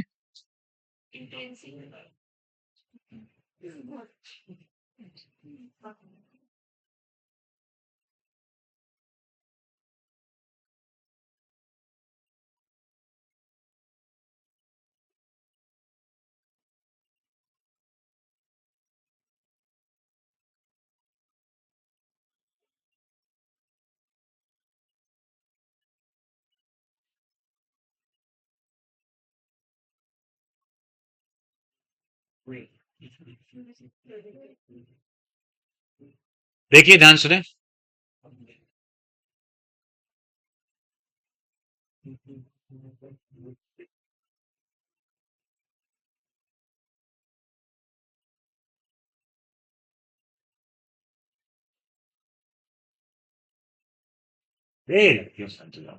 देखो ध्यान सुनो। Intrinsic rate of natural increase या बायोटिक पोटेंशियल, हर एक स्पीसीज का एक कैपेसिटी होती है, एक क्षमता होती है मैक्सिमम प्रोड्यूस करने की क्षमता, वो जन्म के साथ ही आती है। नहीं समझ रहे बात को आप? भाई अगर मान लो इंसानों में 9 महीने बाद बच्चा पैदा होता है, प्रेगनेंसी पीरियड 9 महीने का है ना, जो गेस्टेशन पीरियड। अब किसी में मान लो 36 महीने का है, एलिफेंट टाइप के जो भी, तो इसका मतलब वो उस स्पीसीज का करेक्टर है। ये हमारी स्पीसीज का करेक्टर ये थोड़ी है कि यहाँ पे 3 महीने का साल का होने लगेगा या 2 महीने का होने लगेगा। नहीं समझ रही बात को? तो हर एक स्पीसीज का एक इनहेरेंट जन्म से या एक इंट्रिंसिक एक रेट होती है, क्षमता होती है टू प्रोड्यूस ऑफ स्प्रिंग। मेरी बात समझे आप? किसी भी स्पीसीज की मैक्सिमम ऑफ स्प्रिंग प्रोड्यूस करने की क्षमता आर होती है। ध्यान सुनना, नोट भी कर सकते हो हिंदी में। किसी भी ऑर्गेनिज्म की मैक्सिमम ऑफ स्प्रिंग प्रोड्यूस करने की जो क्षमता है, डेट इज आर, यानी इंट्रिंसिक रेट ऑफ, बहुत इंपॉर्टेंट है यार, intrinsic rate of natural increase या फिर बायोटिक पोटेंशियल, उसका पोटेंशियल क्या है। और जैसे मैं आपको बोलूं, एक ह्यूमन कपल, अच्छा एक बात बता रहा हूं, लेकिन ये ना क्षमता ज्यादातर ना, इसी तो मैंने बताया था कि रियलिस्टिक नहीं है, ज्यादातर ये क्षमता अचीव होती नहीं, ज्यादातर ये क्षमता अचीव होती नहीं है। एक ह्यूमन कपल की बताऊं रहा हूं मैं तुम्हें, बायोटिक पोटेंशियल। सपोज करो जैसे 15-16 साल में प्योबर्टी स्टेज आ जाती है, 15 to 16 ईयर्स में। तो वहां से लेकर के, और जो रिप्रोडक्टिव लाइफ है फीमेल की, वो बोली जाती है जहां तक कि उसका मीनोपॉज आता है। आपने रिप्रोडक्शन पढ़ा होगा। तो लगभग 15 ईयर से लेके 50 ईयर तक की एज, समझ गए ना आप? ये बात अलग है कि नॉर्म्स हमारे यहाँ क्या है कि आप जानते हो 21, 22, 23 साल से नीचे शादी नहीं होती। लेकिन जो फर्टाइल पीरियड है शुरू, वो तो कब से शुरू हो गया? लगभग 15 पीरियड, मतलब मान लो आप लड़कियों की एज के अकॉर्डिंग है ना, कपल का जो माना जाएगा वो लड़कियों का।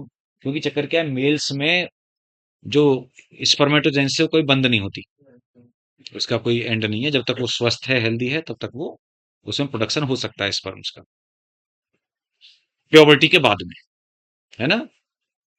तो देखा नहीं है कि अरब सऊदी अरेबिया उधर साइड में जो पैसे वाले शेख हैं, वो तो चार चार है ना कितनी शादी करते हैं, और 70-70 की उम्र में शादी कर करके ले जा रहे होते हैं बेगम, इंडिया पाकिस्तान बांग्लादेश जैसे कंट्री से। हाँ, पैसे वाले हैं वो, पैसे अपने गरीब लोगों को उनको खरीद खरीद के ले जाते हैं।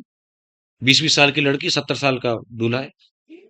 हाँ ये तो वहां पे नॉर्मल बात है ये, पैसे का वो है। तो बेटा सुनिए मेरी बात को। तो पता है 35 साल मान लिया आपने, कितने मान ली? 35। अब उस 35 को, ए सुनो बच्चों, 35 मान लो आप, ये दिमाग में रखो कि 35 बच्चे पैदा हो सकते हैं। लगभग कितने बच्चे पैदा हो सकते हैं? एक ह्यूमन कपल कितने बच्चे पैदा कर सकता है? 35।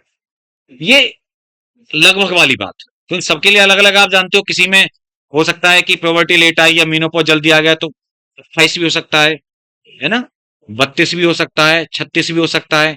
ठीक है भाई, क्या नाम है? हाँ गौरव, ठीक है। क्या ठीक है? क्या ठीक बताया मैंने अभी?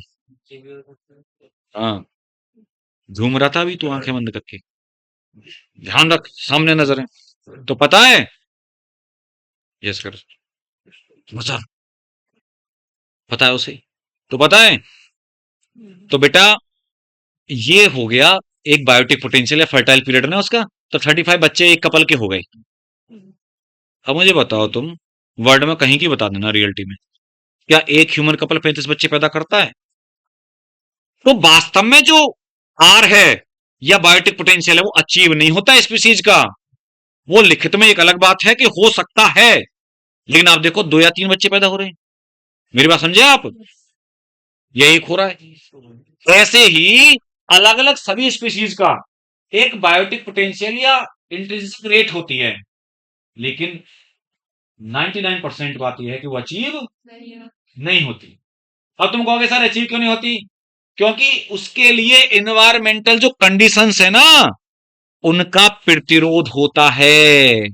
क्या होता है? प्रतिरोध उनके ऊपर, जिसको कहते हैं इन्वायरमेंटल रेसिस्टेंस। नॉर्मली ये होता है। लेकिन सुनो, ये जो कर्व हम बोल रहे हैं ना, यहां पे इन्वायरमेंटल रेसिस्टेंस मैंने नहीं लिया, क्योंकि यहां पे हम ये मान के चल रहे हैं कि यहां पे अनलिमिटेड रिसोर्स हैं, कोई इन्वायरमेंट का प्रतिरोध नहीं है। मेरी बात समझे? ये मान के यहां पे अचीव करा रहे हैं ये। तभी तो देखना, ध्यान सुनना, जो नॉर्मल साइज था पॉपुलेशन का, उसमें बायोटिक पोटेंशियल को मल्टीप्लाई कर दिया, आ गया एक्चुअल साइज। यही तो हुआ। उस टाइम के दौरान उनका वो हमने उसमें मल्टीप्लाई कर दिया, जो बर्थ हुई और डेथ हुई उनको माइनस करके और निकाल दिया जो पॉसिबल हैं। ये भी जो पॉसिबल है, इतनी बर्थ पॉसिबल। लेकिन अब बेटा वो क्यों नहीं अचीव होता है? जैसे एनवायरमेंट का रेजिस्टेंस क्या है? अब तुम सोचना कि सर हमारे ऊपर क्या एनवायरमेंट का, हमें कौन रोक रहा है बच्चे पैदा करने से? हमें मतलब कपल को, किसी लोगों की बात नहीं कर रहा मैं, बच्चे हैं कि स्टूडेंट है कि कपल को, किसी भी कपल को कौन रोक रहा है बच्चे पैदा करने से? ह्यूमन कपल को। इंसान तो सबसे ऊपर है भाई साहब, वहां भी इन्वायरमेंटल असिस्टेंस दिखाई नहीं दे रहा। इन्वायरमेंटल असिस्टेंस क्या होता है कि कोई भी बायोटिक एबायोटिक फैक्टर या कंडीशंस जो पॉपुलेशन को रोकती हैं, रेसिस्ट करती हैं। कोरोना भी एक टाइप का इन्वायरमेंटल रेसिस्टेंस था, जो पॉपुलेशन को ग्रोथ होने से रोकता है। आज की डेट में ध्यान सुनो, जब आप भी जाओगे उस स्टेज पे पहुंचोगे आप भी, ये तो ऑब्वियस सी बात है कि आप आगे जाके फ्यूचर में है ना उस स्टेज में जाएंगे। एक ह्यूमन कपल है, मान लो मैं हूं तो मेरे 2 बच्चे हैं, है ना, बहुत सारे बच्चे हो सकते थे अगर एक ह्यूमन कपल हेल्दी है, ठीक है। तो ये क्या दिमाग में आता है एक इंसान के कपल के? उनके दिमाग में आता है कि भाई आज की डेट में 1 या 2 बच्चे को अगर आप पढ़ा लिखा के सही एजुकेट कर लें, सही पोजीशन पर ले आए, है ना, ऐसा तो है नहीं कि आपने बच्चे बस पैदा करके छोड़ दिए। बस बच्चे पैदा करने हैं, अपने आप ही उनको सब कपड़े भी मिल जाएंगे, सब चीज मिल जाएगी, अपने आप वो डॉक्टर बन जाएंगे, इंजीनियर बन जाएंगे, आपको कुछ खर्च ही नहीं करना। आपको कुछ, चाहे आप कमा रहे हो 2,000 1,000 कुछ भी नहीं महीने का, फ्री बैठे हैं आप। ऐसे होता है क्या? फिर तो भिखारी बनेंगे। तो इंसान ये सोचता है कि मैं उन्हें लिटरेट कर पाऊं, मैं उनको केयर कर पाऊं। ये बहुत बड़ी बात बच्चों के से है कि नहीं? सोच मैटर करती है। देख लो एनवायरमेंट का रेजिस्टेंस होता नहीं होता है। इवन मैं देखो, मैं अपनी बताऊं तुम्हें, तो ये जो भी आया ना ये दिमाग में, ये रेसिस्टेंस है। मेरी वाइफ की जॉब लग रही थी 2010 के आसपास, उसमें प्राइमरी स्कूल में, वही बायो साइड से ही है, और बीएड कर रखी थी। मैं कोचिंग में पढ़ाता था, कोचिंग लाइन में आगरा। भगवान की उससे कमाने की कोई ऐसी बात नहीं थी, ठीक ठाक अर्निंग थी। तो वो प्रेग्नेंट थी उस समय, जब वो नौकरी लगनी थी उनकी बलिया। नंबर आया कहाँ? यूपी में बलिया साइड में। और बेटा मेरी गवर्नमेंट जॉब नहीं थी, दोनों में से किसी की भी मतलब है ना, और उन्हें बलिया जाना था। तो हमने नौकरी को छोड़ दिया, रिफ्यूजल कर दिया। जबकि आज की डेट में लोग सोचते हैं सरकारी नौकरी कितनी बड़ी बात है। उस समय भी 20-1 हजार रुपए की महीने की तो बहुत बड़ी मतलब, आज की डेट में 40,000 रुपए करी सैलरी होगी। उस समय 20-1 हजार रुपए सैलरी तो शायद 18-20 हजार थी। वो उस समय बहुत बड़ी बात थी वो भी। गवर्नमेंट जॉब थी परमानेंट। मेरी तो प्राइवेट ट्यूशन बाजी है जो कोचिंग, कोई भरोसा नहीं। लेकिन विश्वास होना चाहिए अपने आप पे। मुझे विश्वास था मैं तो कहीं भी खड़ा होकर कमा सकता हूँ, ये अगर मेरे पास में मेरी है ना नॉलेज है तो पता है। तो हमने, तो मैंने उन्हें ये नहीं फोर्स किया कि भाई ये लगे कि मुझे नौकरी नहीं करनी दे कुछ ऐसा, मैंने तो उन्होंने खुद ये डिसीजन लिया। और ये हमारा दोनों का, मुझे बड़ी खुशी हुई इस मामले में कि ठीक है। क्योंकि मैं तो जा नहीं सकता था बलिया उनके साथ अपनी जॉब छोड़ के, क्योंकि मैं उससे कई ज्यादा गुना कमा रहा था। समझ रहे हो ना आप बात को? और बलिया वलिया ऐसे छोटे, उसमें तो मेरा कोई वो नहीं है ना। हाँ, फ्यूचर नहीं, इस लाइन का कोई नहीं मुझे जानता। वहां मुझे सब जानते थे। छोड़ दी नौकरी, और आज तक हाउस वाइफ है। अब बाद में फिर ये सोचा कि चलो जब बच्चे बड़े हो जाएंगे, आगरा जैसे सिटी को छोड़ के हम नहीं जा रहे, तब देखेंगे। अब बच्चे बड़े भी हो गए हैं, तो मैं कहता हूँ कि तुम्हारा मन करे तो अपने मन को वो करने के लिए सेटिस्फाई, अगर किसी कॉन्वेंट वॉन्वेंट स्कूल में पढ़ाना हो ऐसे ही, क्योंकि शादी से पहले उन्होंने थोड़ा पढ़ाया है, पढ़ाती थी। तो नहीं है कि नहीं मैं नहीं पढ़ा रही, मतलब बिना बात के मेरा टाइम ऐसे निकल जाता है बच्चों का, कि ये होमवर्क या ये उन्हें है ना भेजना, स्कूल भेजना, कभी उन्हें स्कूल से लाना भी, तो खुद का ही मन नहीं करता। तो मैं क्या बोल रहा हूँ कि वो भी इन्वायरमेंट का वो था ना, इन कंडीशंस के लिए, कि हमने उस हिल के लिए, नहीं तो वो दिमाग में ये जो भी आपके ऊपर जो आता है, ये इन्वायरमेंट का, चाहे वो दिखे या ना दिखे, वो इन्वायरमेंट का प्रतिरोध होता है ना। इस चीज को भी किया, सोचा नहीं सोचा, बच्चों के प्रति मैं ये बता रहा हूं कि बच्चे की केयर करना कितनी जरूरी है। अब मुझसे ज्यादा खुश शायद ऐसे लोग मेरे साथ के जो सहपाठी वो नहीं है, जो दोनों हस्बैंड वाइफ वर्किंग है, कि वाइफ कहीं और वर्किंग है। इवन दो दो असिस्टेंट प्रोफेसर हैं, वाइफ कहीं असिस्टेंट प्रोफेसर है, हस्बैंड कहीं असिस्टेंट प्रोफेसर सहारनपुर में। बच्चे माँ के पास रहते हैं, दिन भर बेचारे अकेले रहते हैं, या स्कूल से छोड़ने या कोई है ना, बड़ा नाटक है। मुझे ये तो रहता है मैं सहारनपुर में हूं तो मेरे बच्चे अपनी माँ के पास तो हैं पूरे टाइम। तो सेकेंडरी है पैसा तो, खैर इस मामले में केयर उनकी। अब मान लो अब ज्यादा बच्चे होते तो उनकी केयर, आप समझ रहे हो ना आप बात को। तो ये भी इन्वायरमेंट का रेसिस्टेंस होता है।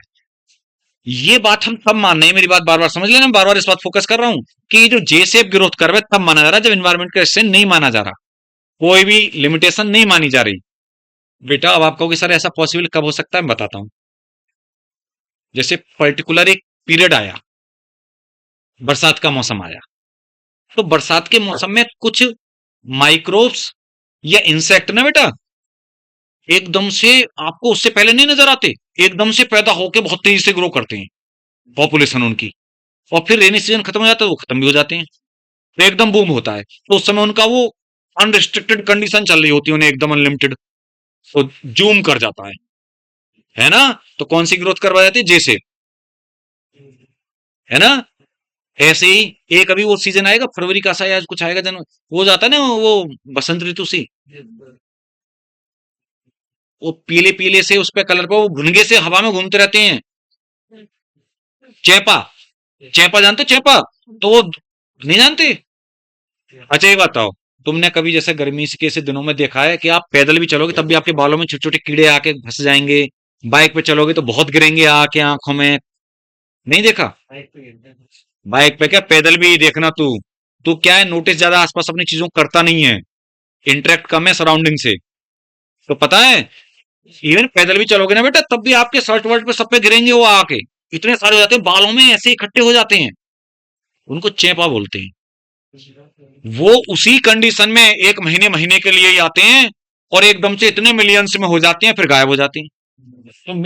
तो मेरे कहने का मतलब ये है कि ये माइक्रोब्स की पॉपुलेशन, ध्यान सुने, या चाहे तो नोट भी कर सकते हैं कि जे shape growth curve may be possible या मे बी रियलिस्टिक, है ना, may be possible, J shape growth curve may be possible for population of some microbes, for population of some microbes, microbe वगैरह जो होते हैं बैक्टीरिया फंजाई वगैरह, some microbes or insects, some microbes or insects, है ना बेटा, और insects इन particular season, हाँ इन पर्टिकुलर सीजन और कंडीशंस, ऐसे लिख देना, इन पर्टिकुलर सीजन्स और कंडीशंस। ठीक है? अच्छा ये तो सुनो, ये तो इसका ये वाला फॉर्म थी वैसे, और एक इसकी इंटीग्रल वाली फॉर्म और दे रखी है, जरा देखना। ये तो वो वाली नॉर्मल फॉर्मूला हो गया, एक इंटीग्रेशन वाली फॉर्म और है, N T is equal to N naught e की पावर आर टी। ये इसकी इंटीग्रल फॉर्म है, ध्यान रखना, दोनों ही इक्वेशन है।